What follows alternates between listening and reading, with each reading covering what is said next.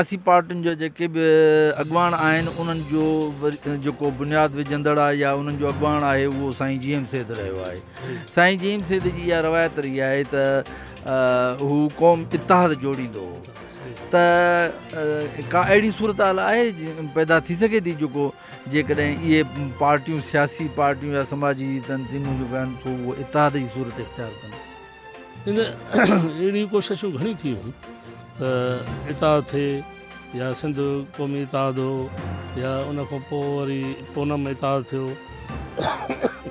या ॿिया मुख़्तलिफ़ ॻाल्हियूं थियूं, मुख़्तलिफ़ सियासी माण्हू वेठा पर सिर्फ़ु जेको आहे भूषण छंडे उथिया।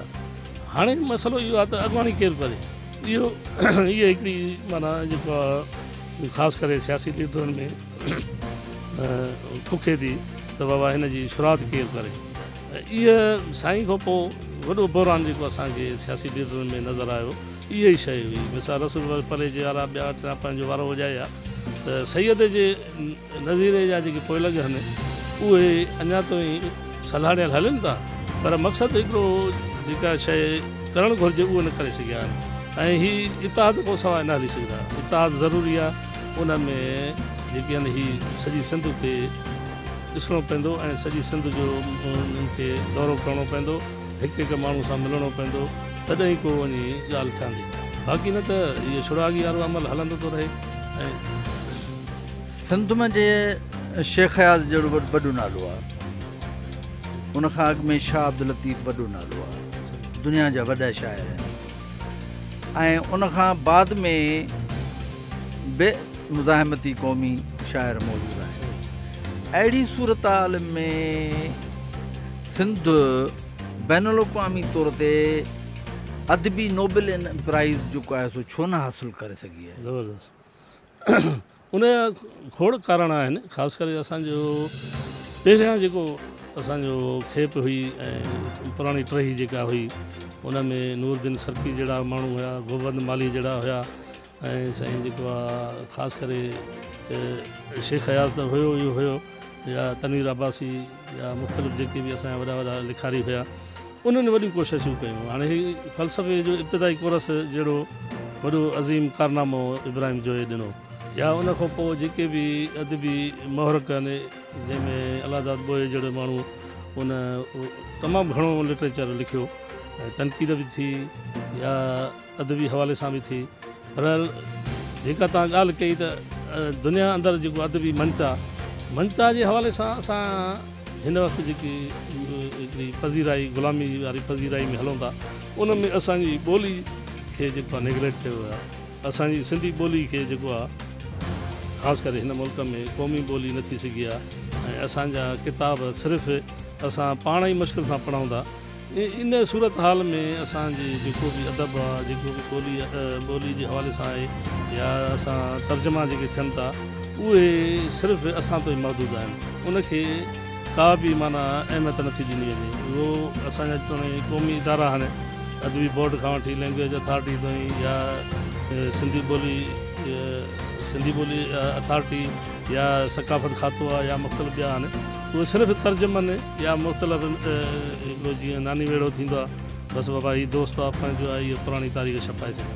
त बैनुल अक़वामी लेवल ते अहिड़ा किताब न छपिया आहिनि। हा ईअं थियो आहे त शाह लतीफ़ जा जेके तर्जुमा थिया आहिनि रिसाले जा उहे 7-8 ॿोलियुनि में थिया आहिनि। इहे वेंदे फ़ारसी में तर्जुमो थियो आहे, उर्दू में थियो आहे, अंग्रेज़ी में थियो आहे। हाणे लतीफ़ जा साईं जीम सैद ख़ुदि अंग्रेज़ी में किताब तर्जुमो थिया आहिनि, शेख हयाज़ जा तर्जुमो थियनि पिया। त अहिड़े नमूने इहो मुल्क लेवल ते या मुल्क गीर थोरी घणी पज़ीराई थी आहे। बाक़ी दुनिया लेवल ते अहिड़ी का मंचा अञा ताईं न थी आहे। हिकिड़ी शइ थी त उन में नोबल इनाम ख़ासि करे सोभे ज्ञानचंदाणी हुजे या पंहिंजो अयूब खोसो हुजे उनखे हिंदुस्तान ॾिनो एवॉर्ड या सोभे खे मतिलबु उनखे बि हिंदुस्तान ॾिनो एवॉर्ड। अहिड़े नमूने 2-3 शयूं थियूं आहिनि, बाक़ी एॾी घणी न थी आहे। असांजी ॿोली सिर्फ़ु पाण ताईं महदूदु आहे, इनखे ॿाहिरि असां न आंदो आहे। हिन वक़्तु जेको फेसबुक जो दौरु आहे या इंटरनेट जो दौरु आहे, हिन वक़्तु बाक़ाइदे जेको फेसबुक ते इंटरनेट ते वॾियूं शयूं अचनि थियूं। इहे जेके 10 साल या 20 साल अॻु में अचणियूं हुयूं उहे हिन वक़्तु ज़ाहिर थियनि पियूं। ॿोली जे हवाले सां ॻाल्हि निकिती त अंग्रेज़ गवर्नर जेको आहे सो ॿोली जे हवाले सां ग्रामर जे कंपोज़िशन जे हवाले सां हुन हिकिड़ी कमेटी क़ाइमु कई। उन कमेटीअ में कुझु इख़्तिलाफ़ बि रहिया। आख़िरकार फ़ैसिलो इहो थियो त हिन खे अरबी लपीअ में जेको आहे सो ॿोली खे कयो वञे।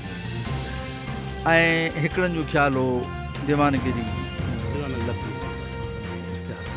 तव्हां छा था सम्झो पिया अॼु जे सूरत अॼु जी मुस्तक़बिल जी सूरत हाल तहत अॼु जी मुस्तक़बिल जे ॿोलीअ जे हवाले सां जेको आहे छा तव्हां उन अरबी लपीअ सां मुतफ़िक़ थियो था या दीवानगिरी लपी? साईं हाणे त ॾिसो न त हज़ारनि खां बि चढ़ी वियो आहे कमु। हाणे जेतिरा किताब छपिया आहिनि या जेतिरा असां ॿोली जे हवाले सां कमु थियो आहे उन में लुग़त आहे, इंसाइक्लोपीडिया आहे या मुख़्तलिफ़ किताब छपजनि था। उन में जेकॾहिं हाणे इन शइ खे असां पासीरा कयूं था त हीउ सॼो असांजो जेको बि लिटरेचर आहे उहो मनसूख़ थी वेंदो।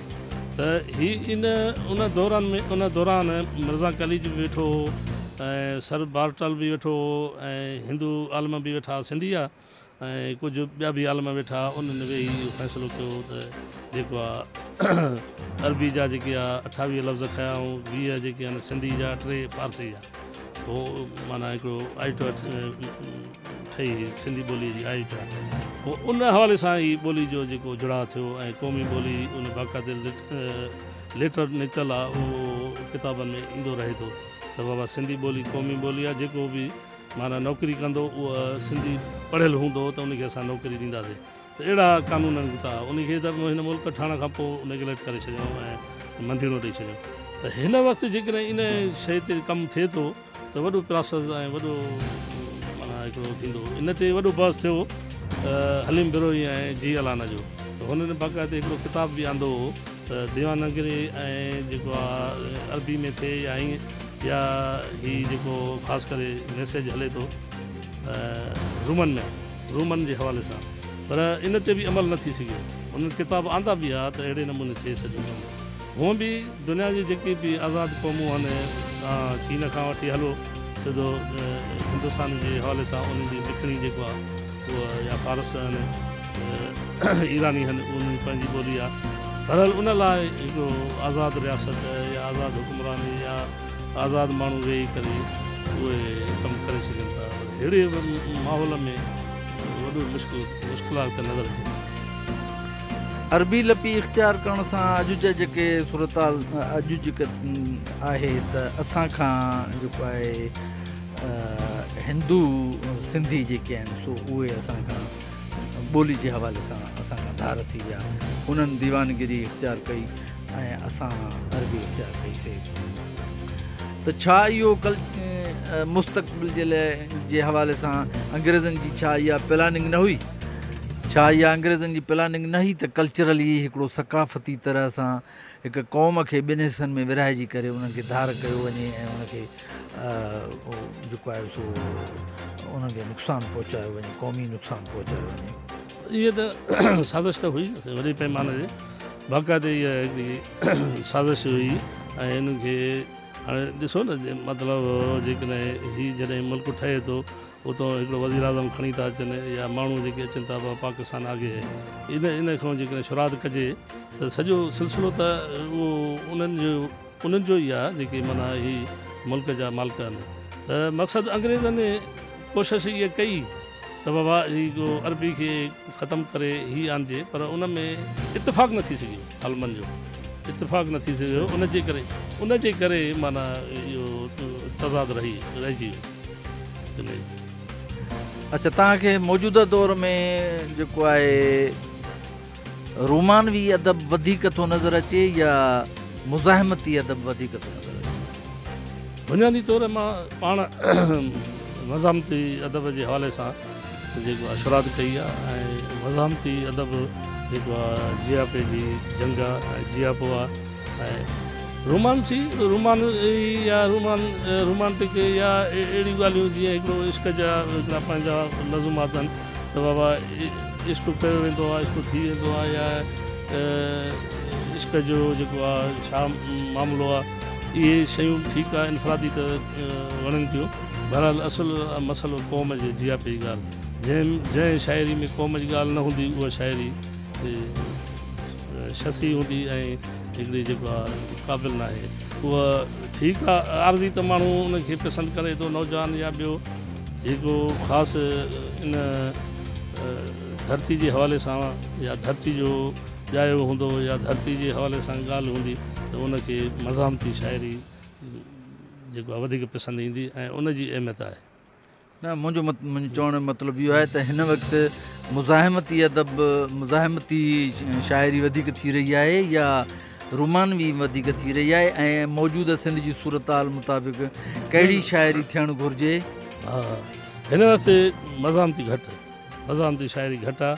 ऐं ईअं सम्झो त 50 शाइर खणंदो त उन में 5 बि मुश्किल सां हूंदा ऐं ज़रूरत इन ॻाल्हि जी आहे त मज़ामती थियणु घुरिजे। ऐं घणी अक्सरियत जेको आहे रुमानवी ते घणी आहे ऐं ख़ासि करे नई टही असांजी ओॾां लाड़ो रखे थी ऐं असांजा जेके नज़रियाती माण्हू आहिनि उहे फ़िक्री हवाले सां मज़ामती हवाले सां शाइरी कनि था। इहा मुज़ाहिमती सघ जेका आहे, जेतोणीकि असीं ॾिसूं था त असांजी सिंध ते चौगिर्द घण पासाऊं ई जेको आहे सो साज़िशूं सिटियूं कयूं वञनि सियासी समाजी तौर ते हर हवाले सां, त असां वटि इहा मुज़ाहिमती सघ छो घटि आहे? इन पैदा न थियण जा सबब कहिड़ा आहिनि? 2-3 शयूं आहिनि। ख़ौफ़ लालच जेका थिए थी न उन में माण्हू खतरे में वही थो वञे। असुलु जेको ख़ौफ़ अंदरि में वेहे थो त बाबा हीअ शइ चङा वॾा असांजा शाइर आहिनि, पोइ उन में सॼी सिंध जा मिसाल 23-24 ज़िला आहिनि, उन में 2-3 ज़िला अहिड़ा आहिनि जिते माण्हू असांखे वोट सुठी था ॾियनि। पोइ जीअं हैदराबाद में बि सुठा शाइर आहिनि, पंहिंजो लाड़काणो आहे, ख़ैरपुर आहे, शिकारपुर आहे, त सॼो माना ख़ौफ़ जी पैदावार आहे। जीअं हिकिड़ो मज़हब में रजायो थो वञे लालच ऐं ख़ौफ़, अहिड़े नमूने हिते बि माना उहे माण्हू ॻाल्हि कंदे माना ॼणा रवाइनि था। हाणे सकाफ़ती असां नंढा प्रोग्राम कंदा आहियूं, उन में असांजा उस्ताद या चङा भला माण्हू अजरक टोपी पाईंदे ॼणा शर्म महसूसु कंदा, त अहिड़ो हिकिड़ो अंदरि में हिकिड़ो जिन भूत विहायो वियो आहे त बाबा हीअं कंदो त तव्हां जेको आहे नुक़सानु पाईंदो। त हिकिड़ो पंहिंजी सकाफ़त, पंहिंजो कल्चर, पंहिंजी ॿोली, पंहिंजी जेकॾहिं शाइरी आहे, इल्मु अदब, जेकॾहिं असां उनखे वधीक अहमियत ॾियूं था त इहो असांखे केरु झले सघे थो। उहो पंहिंजो पाण ते डिपेंड करे थो ऐं पंहिंजो पाण में सघ हुजणु घुरिजे। त असां जीअं असां आज़ादु ॼाया आहियूं, आज़ादी असांजो हक़ु आहे, अहिड़े नमूने असां हर शइ लिखी सघूं था, पर अॻियूं जेके असांजी रुकावटूं आहिनि उन खां ख़ासि करे असांजी नई टही या नौजवान या मतिलबु हिकिड़ा पाण खे संजीदा चवण वारा उहे खाइफ़ आहिनि। मौजूदा सूरत हाल में सिंध जी समाजी सियासी मजमूई सूरत हाल में सिंधी क़ौम जेका आहे उहा चौराहे ते हिकिड़ी बीठल आहे, का किथे बि का अहिड़ी का उमेद या किरन कोन थी नज़र अचे पई। ऐं ॿिए तरफ़ जेको आहे सो साज़िशूं हिकिड़ी तमामु वॾे पैमाने ते सिंध खे तबाह करण लाइ थियनि पियूं। अदब अना जे वर चढ़ियल आहे, सियासत लालच लोभ जे वर चढ़ियल आहे, मईशत तबाह आहे। अहिड़ी सूरत हाल में जेको आहे सो असांखे छा करणु घुरिजे? सिंध जे हिकिड़े हिसास तबह शाइर खे या सियासी वर्कर खे छा करणु घुरिजे? 2-3 रस्ता आहिनि, उन ते जेकॾहिं हली पवंदो त कुझु बचाव थी वेंदो। हिकिड़ो त इहो आहे त एकता ज़रूरी आहे, जदोजहद, ऐं ॿियो लतीफ़ जी फ़िक्र जे हवाले सां लतीफ़ जो फ़िक्र, एजुकेशन, तालीम ज़रूरी आहे। इहे 2-3 शयूं जेकॾहिं हुन ते हिकिड़ी धारा ते हलंदो त कुझु बचाव थी वेंदो। बाक़ी जेकॾहिं सिर्फ़ु खोखलियूं ॻाल्हियूं, ख़ाली नारा या आम ॻाल्हि कंदो त उहो कंहिं कम जी न हूंदी। हिन वक़्तु ज़रूरत आहे असांखे पंहिंजी सोच ऐं फ़िक्र जी, त असां कहिड़ी धारा में हली रहिया आहियूं ऐं जेको असां क़दम खणूं था उहो क़दम असांजो क़ाबिल क़बूल पवंदो या न पवंदो। ऐं उहो ई आहे इतिहाद, उहो ई आहे तालीम, उहो ई आहे लतीफ़ी फ़िक्र असांखे बचाए। असांजे सिंधी साईं मुंहिंजा जेको आहे काफ़ी दिलचस्पी सां जेको आहे सो अवां जवाब ॾिना ऐं सुवालनि जा जवाब ॾिना। मौजूदा अदबी हवाले सां जेका सिंधी अदबी संगत जी मरकज़ी जेका कुझु माज़ी क़रीब खां वठी यूंडापट पई हले ऐं उन में क़ौमी कमु को बि न पियो थिए, रुगो शाख़ुनि खोलण ते ज़ोर आहे। ऐं जेतोणीकि सिंधी अदबी संगत जो माज़ी जो जेको किरदारु रहिया उहो क़ौमी ऐं अदबी निज अदबी समाजी अदब बराए समाज जे हवाले सां रहियो आहे। हिन वक़्तु तव्हां इन धुबण में सिंधी अदबी संगत खे कढण जे लाइ जेको आहे सो कहिड़ियूं तजवीज़ूं ॾियो था ऐं उन बाबति तव्हांजा छा वीचार आहिनि? छा का तव्हांखे मुस्तक़बिल जे लाइ का किरण अहिड़ी नज़र अचे थी जेका सिंधी अदबी संगत खे बचाए सघे? महिरबानी, तमामु रिगो सवाल आहे, बराबरि हुनखे पूरा कंदासीं। दादा, सिंधी अदबी संगत जॾहिं असां नालो खणूं था त माज़ी जेकी बि माज़ी में जेकी बि तंज़ीमूं अंजुमनूं या ख़ासि करे तरक़ी पसंद जे हवाले सां सिंधी अदबी संगत पाण मल्हायो जेका पाकिस्तान खां हिन वक़्तु वॾी उमिरि में आहे। सिंधी अदबी संगत जो बुनियादु विझंदड़ या हुनजो आइन जेको ठाहियो वियो उहो सॼो अदब बराए ज़िंदगी हो, अदब बराए अदब न हुयो ऐं हुन जेको बि माना कारज हो उहो ख़ासि करे अदबी ख़ुशहाली जे हवाले सां हो ऐं सॼो जेको बि पैटर्न हुयो उहो अदब जे हवाले सां हो ऐं उन में गोबंद माली हुजे, शेख हयात हुजे, कादरी साहब हुजे या रशीद भट्टी हुजे, हिन जो जेको माना सिलसिलो हुयो उहो 83 ताईं तमामु हिकिड़ो बहितर रहियो। विच में गेप बि हुया, शमशुल हैदरी हुयो ॿिया, ताज जो जॾहिं आयो त हुन पहिरियां 2 साल हुनखे बहितर नमूने हलायईं। उन खां पोइ हुन जो बि इहो ई सिलसिलो धड़ाधड़ तंज़ीमूं खोलणु या धड़ाधड़ यूनिट खोलणु, पोइ उन में जेका ॿी धुर हुई इख़्तिलाफ़ ज़रूरी आहे, इख़्तिलाफ़ जेकॾहिं न हूंदो त उहा का शइ न हलंदी। उन्हनि जी नज़र तमामु तेज़ हुई त बाबा हीउ छा थो करे, कीअं थो करे। ॿियो दफ़ो बि हुनखे चांस मिलियो, टियों चोथों 4-5 दफ़ा माना ताज आयो। बहरहाल इहो ईअं थियो जीअं क़ौमी तहरीक सां वेदन थी, माना संभाले न सघिया माण्हू त सभु तयारु हुया, पर हिन अदबी संगत में बि माना अॻुवाणी करण वारो माना कमज़ोर हुयो। त हाणे हिन वक़्तु पोज़ीशन उहा वञी बीठी आहे त माना 2 धुरियूं आहिनि, 2 धुरियूं, हिकिड़ा उहे बि पार्टियुनि सां ई आहिनि, हिकिड़ा PP सां आहिनि, ॿिया लीग सां आहिनि या 3 मुख़्तलिफ़ ख़्यालनि जा आहिनि। ऐं हीअ असांजी तंज़ीम सिंधी अदबी संगत हिकु गुलदस्ते वांगुरु हुई, मुख़्तलिफ़ ख़्याल, मुख़्तलिफ़ ॻाल्हियूं, हर माण्हू पंहिंजा फ़िक्र खणी ऐं जॾहिं बि तंज़ीम में ईंदो हो त उते सिर्फ़ु अदब जी ॻाल्हि हूंदी हुई। त हिन वक़्तु जेको इहो साॻियो ई जेको पहिरियां मां ॻाल्हि करे आयुमि त उहिदो अना ऐं जेको आहे पसंदि नापसंदि जी शइ थी वई आहे। तंज़ीम खे जेको वॾे में वॾो नुक़सानु पहुचायो आहे अॼु जे हिन ख़ासि करे 10-15 सालनि खां वठी वॾो नुक़सानु जेको थियो आहे उहो ॿिन्ही धरनि पहुचायो आहे। असांखे ज़रूरत आहे हिन वक़्तु उहे ख़ालिस माण्हू अचणु घुरिजनि जेके सिंधी अदबी संगत खे उन साॻियनि पैटर्न ते साॻी उन जदोजहद ते हलाइणु घुरिजे ऐं सिंधी अदबी संगत जी ॿोली खे बचाए सघे थी, छो त हिन किरदारु वॾे में वॾो 1 यूनिट प्रोड़ हुयो।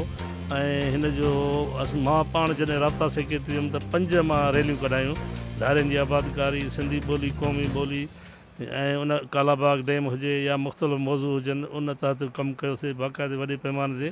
ऐं उन में दोस्तनि तमामु सुठो कयो, यूसुफ सिंधी हुयो या इन सूरत हाल वञा तव्हां जेको आहे को अहिड़ो दोस्त या अहिड़ा के नवां दोस्त अचे थो नज़र तव्हांखे? नवां दोस्तनि फार्म भराया आहिनि ऐं हाणे त जेको आहे हिन वक़्तु ज़रूरत इन ॻाल्हि जी आहे त हीअ जेके लॉकडाउन या कोरोना जो जेको मर्ज़ वबा फैली आहे, दोस्तनि फार्म भराया आहिनि, 2-3 दोस्त आया आहिनि ऐं हू वर्क कनि था अंदरूनी तौर ज़ाहिरी तौर। उन्हनि मां उमेद आहिनि, ख़ासि करे ज़ुबैर सुमरो पंहिंजी हिकिड़ी नई खेप खणी आयो आहे ऐं असां उन मां मुतमिन आहियूं ऐं हू जेकॾहिं अचे थो त हिकिड़ी नवाण हूंदी।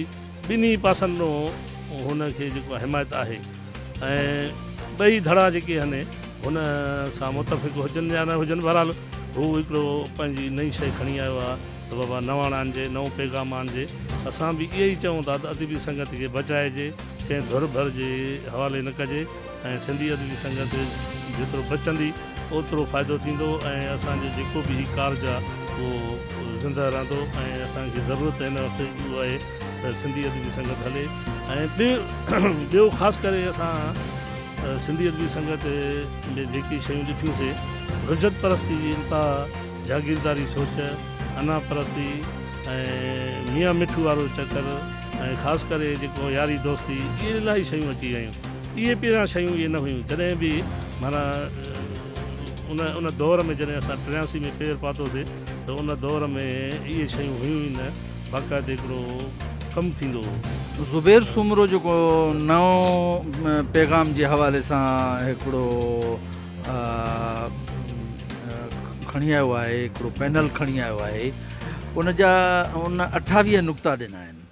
उन्हनि 28 नुक़्तनि खे अवां पढ़ियो हूंदो त छा उन्हनि सां तव्हां मुतफ़िक़ आहियो? छा उन सां मुस्तक़बिल में सिंधी अदबी संगत जी तब्दीली ईंदी?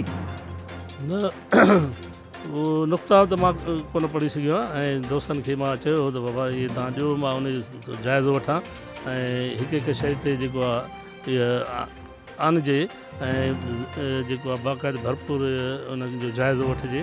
बहरहाल इहे दोस्तनि खे अर्ज़ु आहे त इहे असांखे पंहिंजो जेको पैगाम पहुचाइनि ऐं उनखे जाइज़ो वठूं ऐं ॿिया जेके हिन मुक़ाबले में आहिनि उहे पैगाम कहिड़ो था आणनि या उहे छा था करणु चाहिनि। बहरहाल उनखे सॼी संगत ॾिसी वेठी आहे त तव्हां अॻु में छा कयो, हाणे छा कंदव। बहरहाल हू उन सां असां सहमत न आहियूं त हू सिंधी अदबी संगत खे काॾे था वठी वञनि, कीअं था। हाणे हिन वक़्तु ज़रूरत आहे इन ॻाल्हि जी जंहिंमें अदल सूमरे खां वठी जेके बि असांजा पुराणी टही ताईं हुनजी हिमायत कनि था ज़ुबैर जी, नौजवान आहे ऐं नवां ज़हननि खे आणणु घुरिजे त हू छा था कनि ऐं सिंधी अदबी संगत खे कहिड़े नमूने हलाइनि था। सिंधी अदबी संगत जो जीअणु असांजो जीअणु आहे ऐं जेकॾहिं हूअ हूंदी त असां बि माना सिंधी हिन अदबी मैदान में हूंदासीं।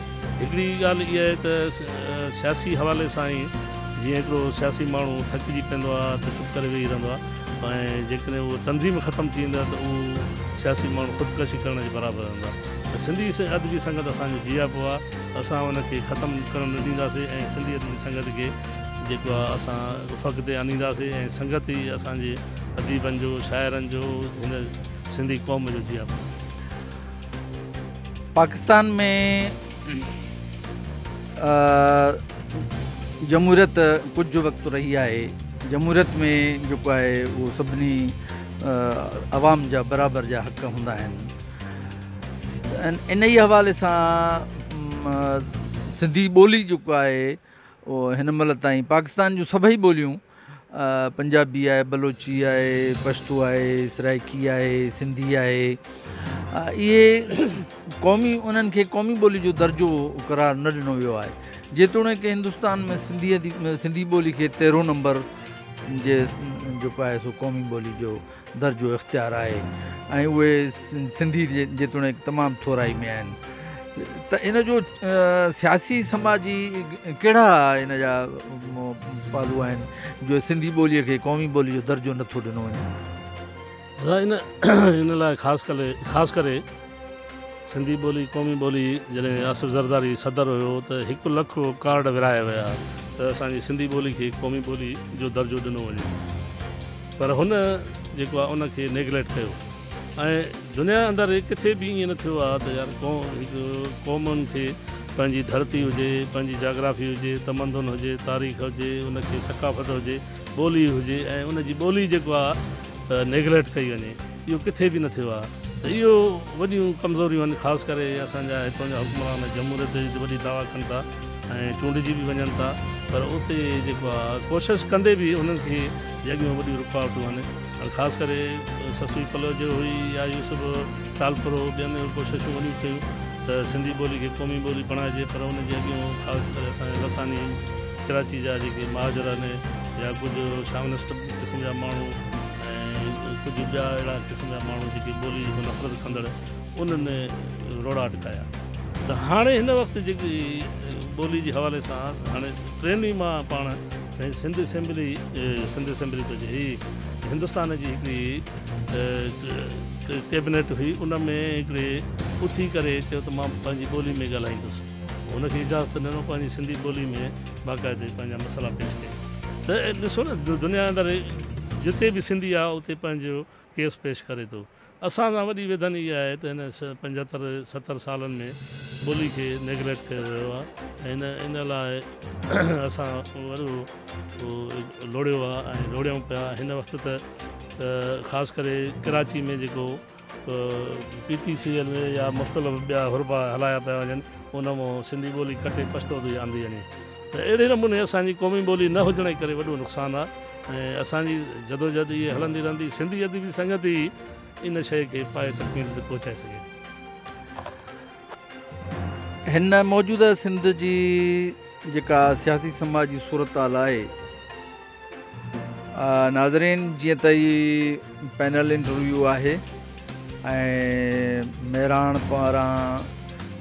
पारां जेको आहे सिलसिलो जेको शुरू कयो वियो आहे ऐं इहो हेठी सतह खां जेको कामयाबु सिलसिलो आहे ऐं इहो सिलसिलो हलणु खपे। हिन वक़्तु मां हाणे इहा माइक जेका आहे सो ज़ख़्मी रशीद मार जे हवाले कंदुसि।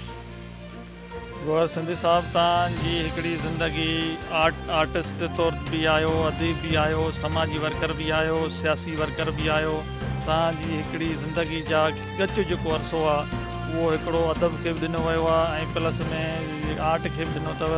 तव्हां इहो असांखे ॿुधाइजो त तव्हांजी जेको ज़ाती ज़िंदगी जे हिसाब सां तव्हां दिली तौर ते पंहिंजो जेको इश्क़ कयो आहे उहो अदब सां कयो आहे, धरती सां कयो आहे या मिज़ाजी इश्क़ कयो आहे।